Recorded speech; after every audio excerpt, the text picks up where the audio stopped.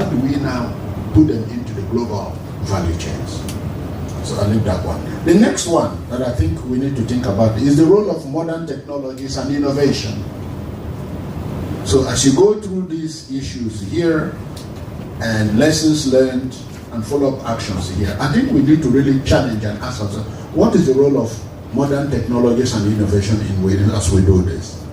For example, the issue of planting materials. Planting material means crops and animals as well. And what is the quality of our seed banks? What about our local crops? Yesterday I talked about Odara somewhere. If you wanted to plant 20 hectares of Odara tomorrow, where are you going to find them? And do we ask those questions? But if you wanted to plant 1,000 hectares of apple orchard in South Africa today, I'll give you 2 companies and they will deliver the seedlings to you and you plant. That's how you develop value chains. We need to ask those questions in our own case.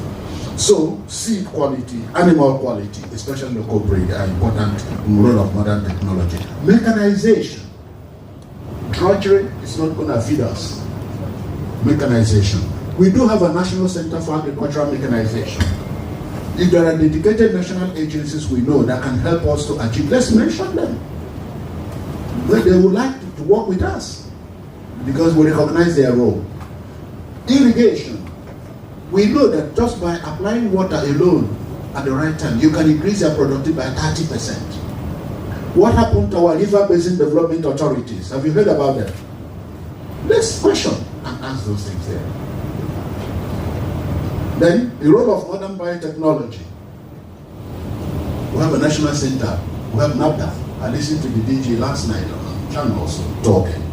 We need to partner with them. And so on and so forth. Then I'm just going to wrap up now. It's number 8. Now, the next one is the role of the private sector. We must really put it out. Don't just assume. You know, there's a reason why business people invest in particular areas or not, isn't it? I'm not one. I wish I am.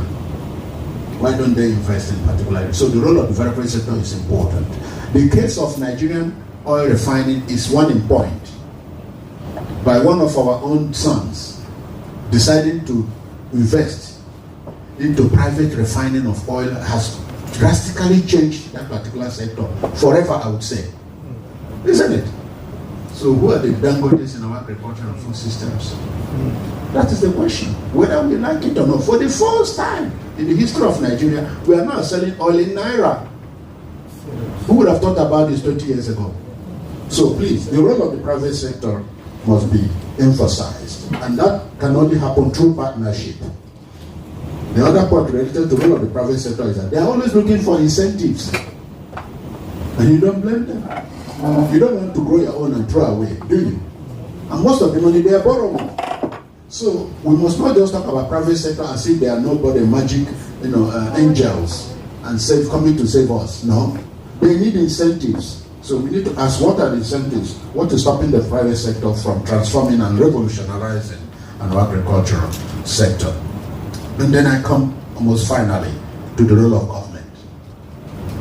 And my advice is, when we talk about the role of the government, be more specific and very, very clear. The role of the government, very specific. For example, talk about policies. If you have particular areas where policy interventions can change the whole thing overnight, let's say it. Luckily, we have a mixture of people in this room here, business people, academics, NGOs, and the rest. Be specific. I'll give you one example. The issue of tax. Tax incentive alone can bring multiple businesses tomorrow into our economy. Just that alone, depending on how it is designed. Second one is the issue of infrastructure. And on that particular one, there are things that I call economy-wide infrastructure. There are infrastructure that affect both agriculture and food and hospitals and schools and every other thing we do. We call them economy-wide. That's what we should be talking about. If you keep talking about infrastructure and focus only on agriculture, most people will not even listen to you. Because on a daily basis, in terms of the size of the economy, they don't feel it.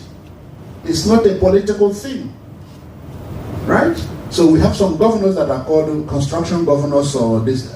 Go to their places and find the roads leading to the farms.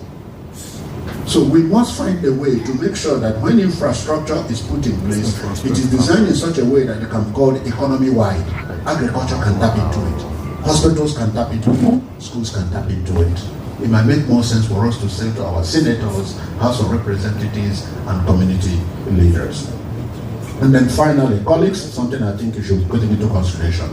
Learning platforms. This is a learning platform today. I'm learning a lot, listening and watching the presentations. We must start thinking about convening powers of some institutions like Pausam. Where do we go to learn together? Where do we go to share experiences? Where do we meet to build partnerships? And if we can put all that together and apply them to this last page here and start thinking about them, and then when we finish up in the follow-up activities, please, if it is possible, don't forget to ask the question, who will lead these activities? Don't just throw them out there thinking that somebody owns them. There's this adage in my place, they say that a dog that is owned by many people, what normally kills it? Hunger. Thank you very much. Thank you. Thank you, Chair. You can come and take the microphone. Dr. Park, Thank you. one more thing. Dr. Yes, Park, where does workforce development falls in? Workforce development comes under capacity. Thank you, Prof. Now, the session is open. I know Professor Daladisa is not around, but he said he will be here in the next 10 minutes. So I don't know who's going to lead that table. That's table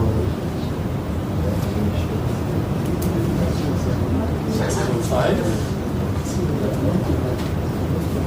You are leading. Thank you, sir. Have you appointed your secretaries? All right. Okay, you've all done that. Okay, please do that. Do that. And please, of course, introduce yourselves. You know, introduce yourselves. All right. We'll start with myself. Somebody else.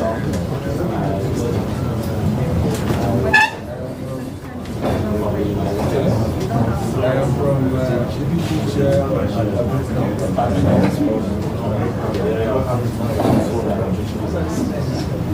Okay, that's done. Apologies because when I came on, I did not introduce myself. My name is Emmanuel Ewudagi, the Director of Corporate Strategy and Business Development of Passport. Okay, so having introduced yourself, please select your secretary and your timekeeper. So if you have done that, you can start.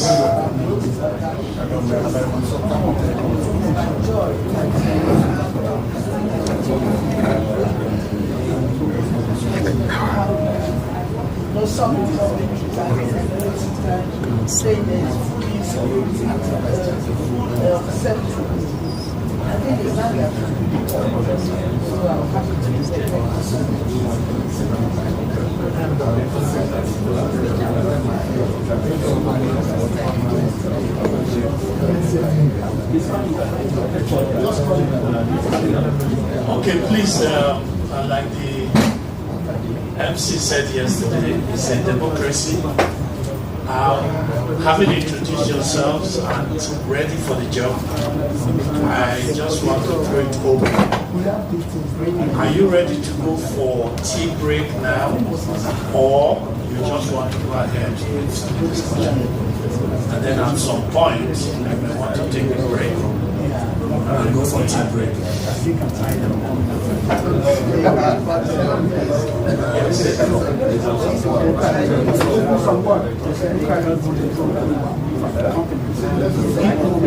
Someone says, let's do some work. Someone is saying, let's go for tea break. So what do we do? What do we do? Let's do some work. Okay, please. Let's start. Maybe after 1 hour, we'll go for tea break, and then we'll come back and continue. All right.